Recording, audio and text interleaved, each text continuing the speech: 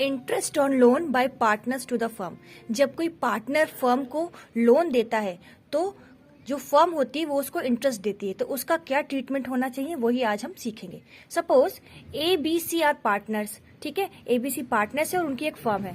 तो फर्म को अगर पैसों की रिक्वायरमेंट हुई तो उसमें से B ने कहा कि मैं आपको लोन दे रहा हूँ, मनी दे रहा हूँ in the form of loan.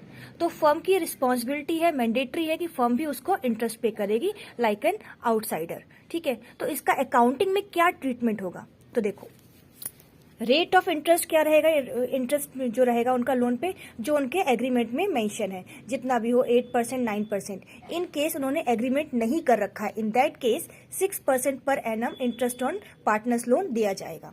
अब इस इंटरेस्ट का नेचर कैसा होता है, तो बेटा ये होता है चार्ज अगेंस्ट प्रॉफिट। अगर एक नंबर में क्वेश्चन आए कि what is the nature of partners loan, तो होता है चार्ज अगेंस्ट प्रॉफिट, ठीक है। ये अप्रोप्रिएशन ऑफ प्रॉफिट नहीं है, इसीलिए ये जो इंटरेस्ट ऑन लोन होता है वो आता है प्रॉफिट एंड लॉस अकाउंट में, और चाहे फर्म को लॉस हो चाहे प्रॉफिट हो ये हर हाल में दिया ही जाएगा, ठीक है।